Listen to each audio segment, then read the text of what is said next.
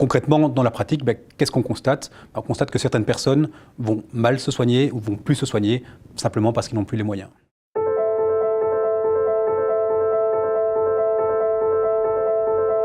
Clairement, quand on parle de santé, on parle d'argent.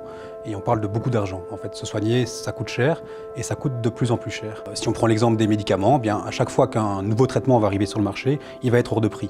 Il sera hors de prix pourquoi? Parce qu'il faudra d'abord rémunérer les entreprises pharmaceutiques et surtout leurs actionnaires. Lorsqu'on rentre pour se faire hospitaliser, on vous demandera d'abord si vous avez une assurance hospitalisation.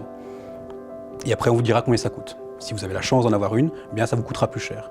Et ça vous coûtera plus cher, pas pour être mieux soigné, parce que les soins que vous allez recevoir seront exactement les mêmes. De plus en plus de médecins vont se déconventionner. Ils vont se déconventionner pourquoi? Pour pouvoir vous demander des suppléments d'honoraires, pour pouvoir vous demander plus cher lorsque vous irez consulter un médecin spécialiste ou un médecin généraliste.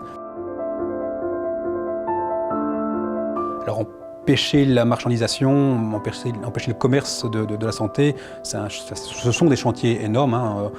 Mais je pense que le principal, c'est vraiment avoir recours à la transparence sur tout ce qui est prix de la santé. Réformer le financement de l'hôpital pour que justement ces suppléments d'honoraires soient obsolètes, qu'on n'ait plus besoin de ces suppléments d'honoraires, parce que ces suppléments d'honoraires actuellement, ils font qu'accroître les inégalités d'accès à la santé.